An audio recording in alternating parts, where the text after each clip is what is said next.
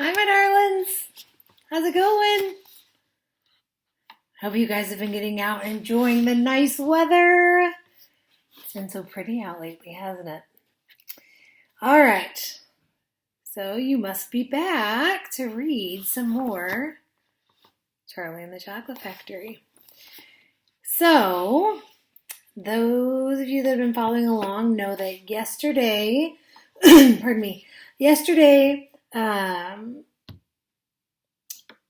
Mr. Bucket came home from the toothpaste factory and he was holding a newspaper and was excitedly telling the family that there was a headline and it said Wonka's factory to be opened at last to lucky few.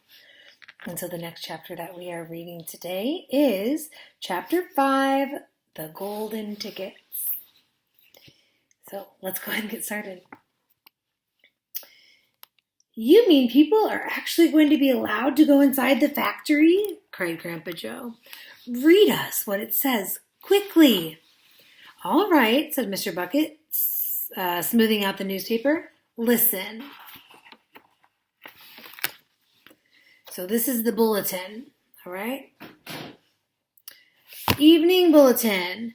Mr. Willy Wonka, the candy-making genius whom nobody has seen for the last 10 years, sent out the following notice today. Newspaper.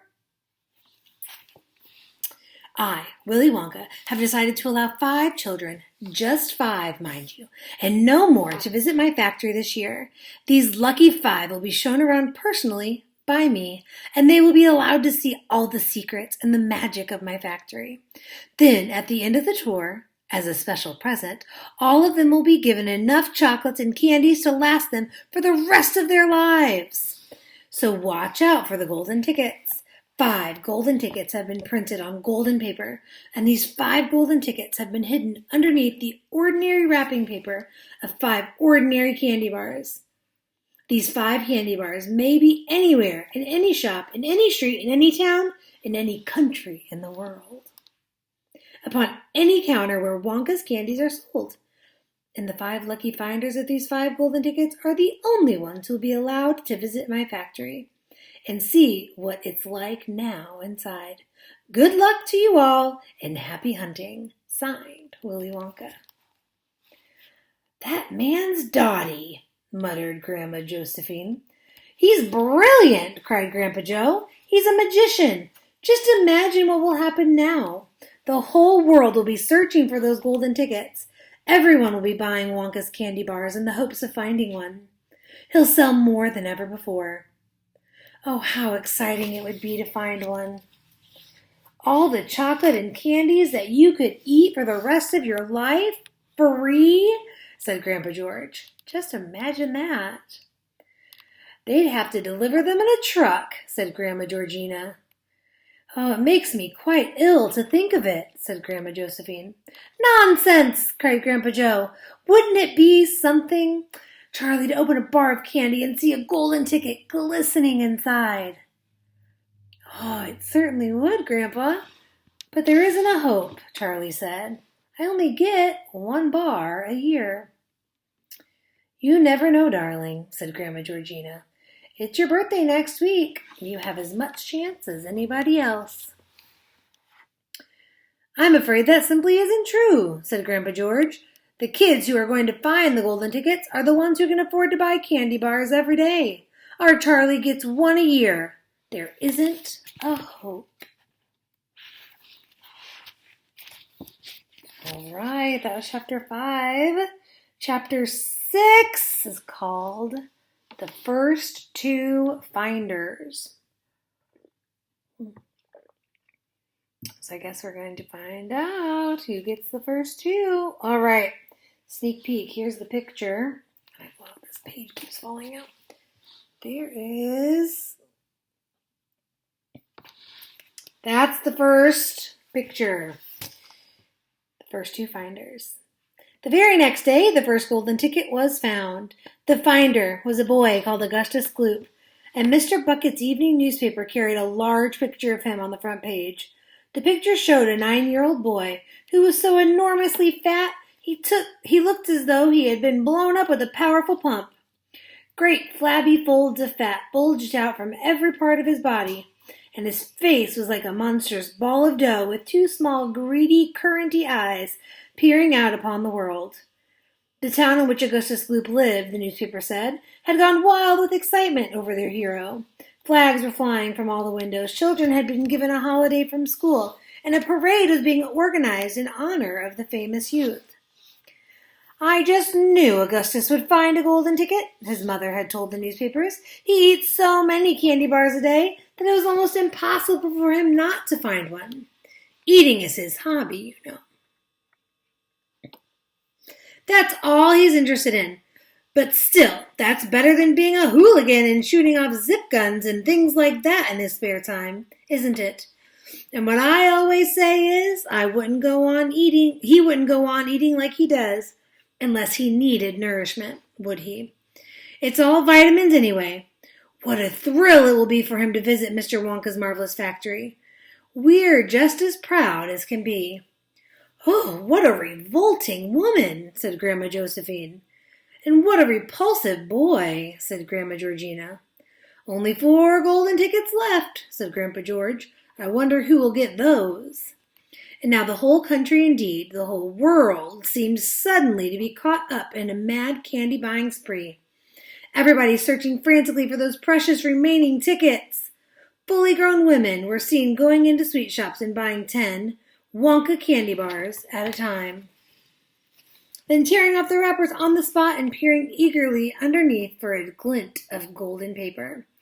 Children were taking hammers and smashing their piggy banks and running out to the shops with handfuls of money. In one city, a famous gangster robbed a bank of $5,000 and spent the whole lot on candy bars the same afternoon. And when the police entered his house to arrest him, they found him sitting on the floor amidst mountains of candy, ripping off the wrappers with the blade of a long dagger. In far-off Russia, a woman named Charlotte Roos claimed to have found the second ticket, but it turned out to be a clever fake. In England, the famous scientist Professor Foulbody invented a machine which would tell you at once, without opening the wrapper of a candy bar, whether or not there was a golden ticket hidden underneath it. So here he is, the scientist, with his machine. The machine had a mechanical arm that shot out with tremendous force and grabbed hold of anything that had the slightest bit of gold inside it. And for a moment it looked like the answer to everything. But unfortunately, while the professor was showing off the machine to the public at the candy counter of a large department store, the mechanical arm shot out and made a grab for the gold filling in the back tooth of a duchess who was standing nearby. There was an ugly scene, and the machine was smashed by the crowd. Suddenly, on the day before Charlie Bucket's birthday, the newspaper announced that the second golden ticket had been found. The lucky person was a small girl called Veruca Salt, who lived with her rich parents in a great city far away. Once again, Mr. Bucket's evening newspaper carried a big picture of the finder. She was sitting between her beaming father and mother in the living room of their house, waving the golden ticket above her head and grinning from ear to ear. Veruca's father, Mr. Salt, had eagerly explained to the newspapermen exactly how the ticket was found. "You see, fellers," he said, "as soon as my little girl told me that she simply had to have one of those golden tickets, I went out into the town and started buying up all the Wonka candy bars I could lay my hands on. Thousands of them. I must have bought hundreds of thousands. Then I had them loaded onto trucks and sent directly to my own factory. I'm in the peanut business, you see, and I've got about 100 women working for me over at my joint, shelling peanuts for roasting and salting. That's what they'll do all day long. Those women, they sit there shelling peanuts. So I says to them, 'Okay, girls,' I says, 'from now on you can stop shelling peanuts and start shelling the wrappers off these crazy candy bars instead.' And they did, and I had every worker in the place yanking the paper off those bars of chocolate full speed ahead, from morning till night." There's the family. Veruca Salt in the middle. Her dad and her mom. But 3 days went by, and we had no luck. Oh, it was terrible. My little Veruca got more and more upset each day, and every time I went home, she would scream at me. Where's my golden ticket? I want my golden ticket. And she would lie for hours on the floor, kicking and yelling in the most disturbing way. Well, sir, I just hated to see my little girl feeling unhappy like that, so I vowed I would keep up the search until I got her what she wanted. Then suddenly, on the evening of the 4th day, one of my women workers yelled, I've got it, a golden ticket! And I said, give it to me quick! And she did, and I rushed it home and gave it to my darling Veruca. And now she's all smiles, and we have a happy home once again. That's even worse than the fat boy, said Grandma Josephine. She needs a real good spanking, said Grandma Georgina. I don't think the girl's father played it quite fair, Grandpa, do you? Charlie murmured. He spoils her, Grandpa Joe said, and no good can ever come from spoiling a child like that, Charlie. You mark my words. Come to bed, my darling, said Charlie's mother. Tomorrow's your birthday. Don't forget that. So I expect you'll be up early to open your present. A Wonka candy bar! Cried Charlie. It's a Wonka candy bar, isn't it? Yes, my love, his mother said. Of course it is. Oh, wouldn't it be wonderful if I found the 3rd golden ticket inside it? Charlie said. Bring it in here when you get it, Grandpa Joe said. Then we can all watch you taking off the wrapper. Chapter 7 is titled Charlie's Birthday.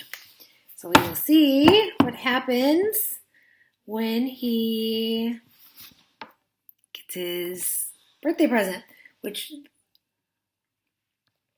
we know is which we know from his mom that it's going to be a candy bar. So fingers crossed for him, right? Well, thank you for watching. I hope you enjoy it. Tune in tomorrow for more Charlie. Bye, guys.